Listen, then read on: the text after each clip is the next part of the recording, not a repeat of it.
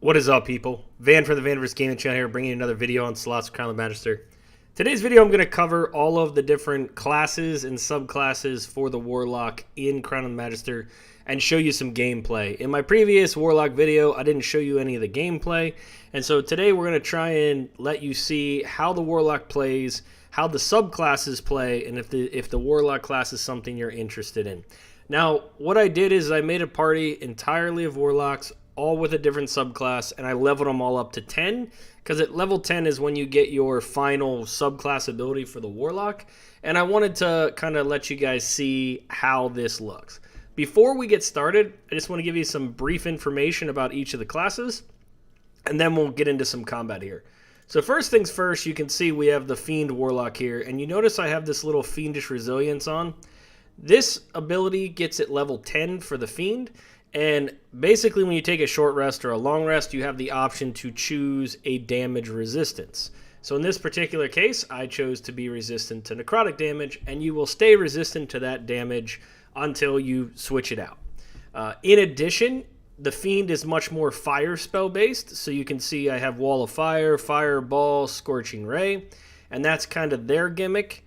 Also, I have this other ability called Dark One's Own Luck. This one comes at level 6 where I can roll a d10 and all of my ability checks and saving throws get that additional d10. This lasts for a minute or until my next long rest. And then in addition to that, really everything else is the same compared to the other Warlocks. So you get the ability for that Fiendish Resistance, you get that special roll dice, and then on top of that, you get the whole fire spells that we kind of talked about. The other thing that the Fiend Warlock gets is, as an ability, if you are to kill something with a damaging spell, you actually gain temporary hit points, which we hopefully will show you here in a minute. Now moving on to the Hive Warlock, you can see the Hive is definitely insect-based, that kind of thing. So we have Giant Insect, we also have this Inflict Wounds, so they have a little bit different spell choices than some of the other subclasses. The Hive also, you have this ability where you have a reaction to taking certain damage. You can do, if it's spell or magical, you can do a special thing if you take spell or magical damage.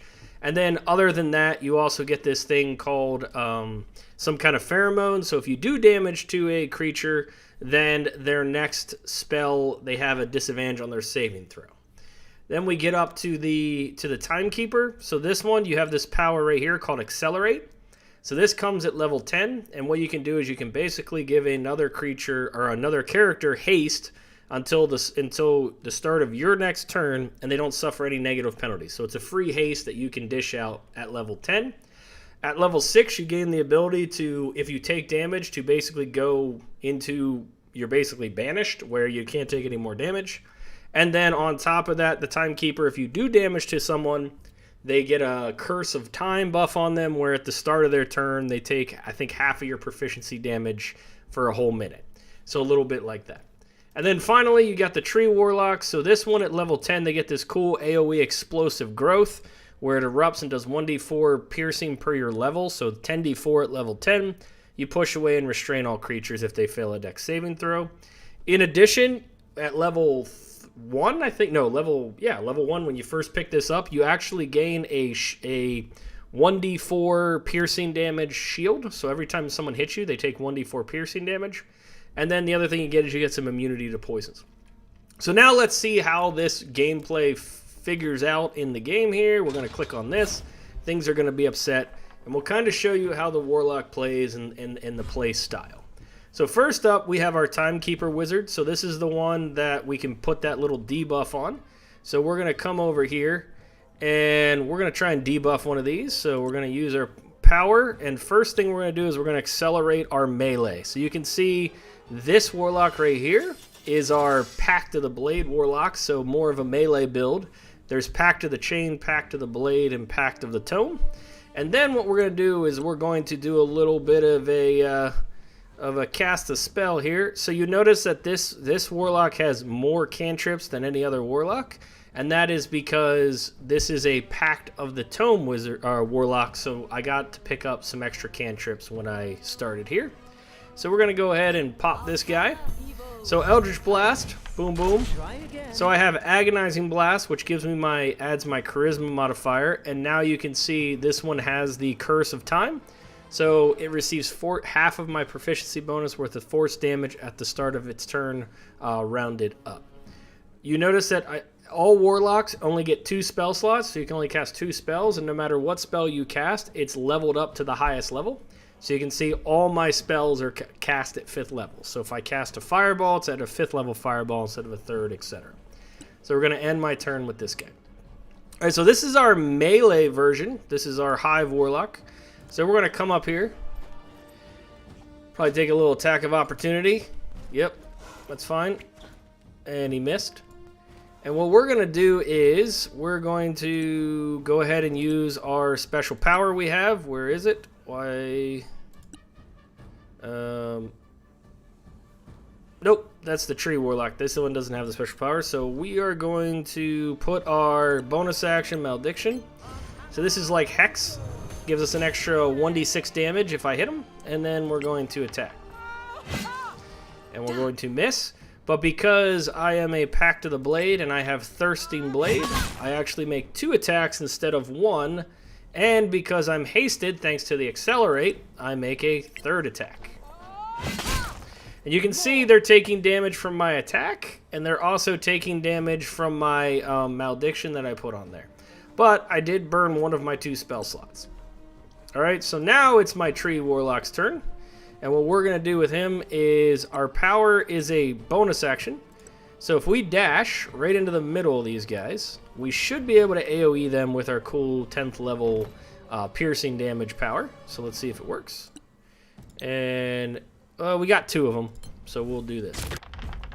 So you can see reaction to magical damage. So I can do Carapace because it hits even my guy.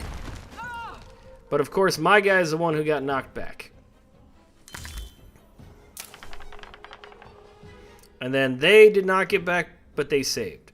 So a nice chunk of damage, 14 on a save. It was like 22 on a fail or something like that.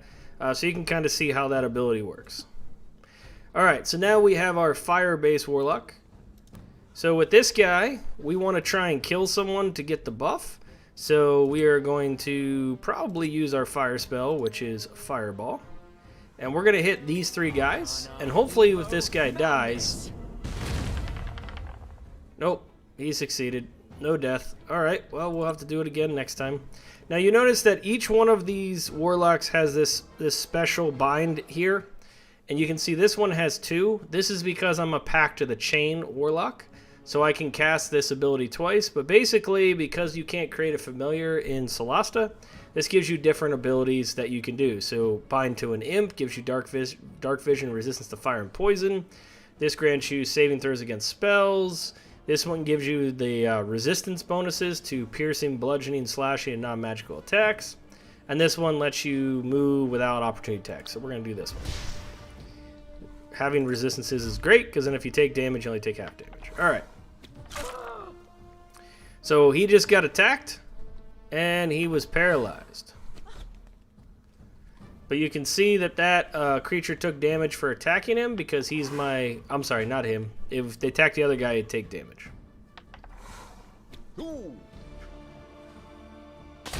Alright, so this guy, start of his turn, he just took the Curse of Time debuff. Got some damage from that. And then there's this guy back here.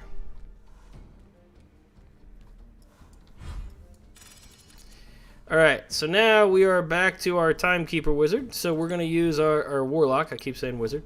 We're going to use our special haste ability again. Put it on this guy. And then we are going to then maybe do a little slow debuff. Nah, let's not do that. So we can move down here and we're going to use our special Mind Twist and try and take some of these guys out. I love Mind Twist.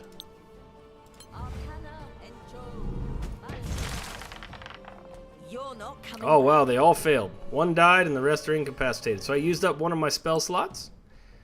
Alright. So he was paralyzed, that's why he couldn't do anything. So now it is my Pact of the Tree Warlock's turn. So I can cast a spell. I can use a power. So you do have invocations that you can use. These use up your spell slots. So just keep that in mind. If you aren't doing invocations that are linked to your Pact of the Chain, etc., then they burn a spell slot just like any spells you cast here. So just for fun, we can do this whole Bewitching Whispers, and we can do that. So this one only hits bad guys, not good guys. And then also I can use one of my other, because this is a Pact of the Chain Warlock as well. So Pact of the Chain Warlocks are the only ones that get that ability to use that special bonus. So if you look at this guy, you can see he's a Pact of the Chain as well. And this is my fire caster. What an invocation. So I'm going to summon a fire elemental with him, since we're sticking to the whole fire theme. So at this point, I've used both my spell slots until I take a short rest.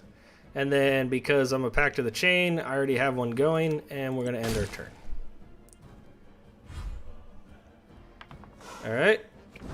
Let him beat up on my fire elemental a little bit. Alright, so now we got our Timekeeper again, so keep using that haste ability, because why not? And then I can use an invocation or I can cast a spell. So we're going to use one of our handy-dandy cantrips because I am a Pact of the Tome. There you go. Now he's mocked. Alright.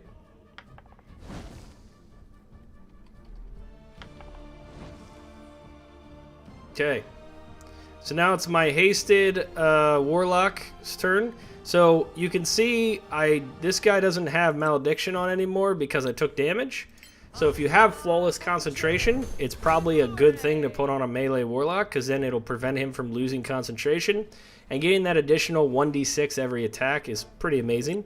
So I could use my Breath Weapon, but I'm not going to. I'm just going to attack because I am a Dragonborn on this guy. So now you can see I did 17. A miss, and we get our third attack here. A miss. I don't know how an 18 misses, but okay. And now this guy's turn. So we can do some special abilities here. We can do the Malediction. We can do one of these. We can cast an invocation. So we're just gonna do the good old standard. So a little bit of Eldritch Blast. Now I have disadvantage because I'm using a ranged attack on something close by, but didn't matter. He still took the damage. All right, and same for him. Little Eldritch Blast action. He's dead. All right, now here's where you can see my ability. Because I killed him with a spell, I gained 14 temporary hit points.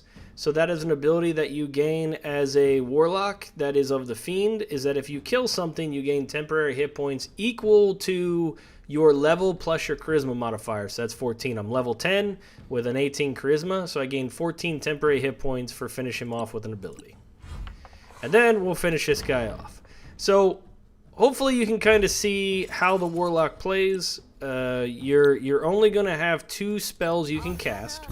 And other than that, you're going to be focusing on one of 2 things. You're probably either going to be a melee Warlock, which is a Pact of the Blade, or you're most likely going to be a caster Warlock, which is probably going to be a Pact of the Chain, or you might want to go Pact of the Tome. But to be quite honest, the Pact of the Tome, in my opinion, is not that great getting those couple extra cantrips, unless you want your Warlock to be able to like do certain things, because you also gain ritual spells. So you could get like Identify and some of the other ritual spells. But ultimately, if you're playing Warlock and Solasta, you're going to do one of 2 Warlocks. You're going to be a melee Warlock like this with Pact of the Blade, or you're going to be a Pact of the Chain Warlock and go that route. So now that this is all over, the great thing about the Warlock is all of their abilities come back on a short rest. So we just take a little short rest here. And upon taking a short rest, which you can do at any time, you can gain your hit points back, but all of your stuff is redone. Now with the Pact of the Fiend Warlock, you can see I have Fiendish Resilience, so I can choose to change this from Necrotic, and I can be resilient to any one of these damage types. And so we're just going to leave it at Necrotic, and then we're going to close it down. So that is how the Warlock plays in Solasta Crown of the Magister. hopefully if you like this video, just give it a like. Go ahead and sub to the channel so you can see my other videos. I'm going to do one on monks and one on bards. The other thing is I'm probably going to do a couple builds, so I'm thinking of doing a warlock melee build, the Pact of the Blade one, and also a more of a range build. So if you guys like the warlock class, you can check out how I build one to be the most successful in Solasta CoTM Magister. So this is Van from the VaniverseGaming channel. Thank you for watching. Cheers and peace out.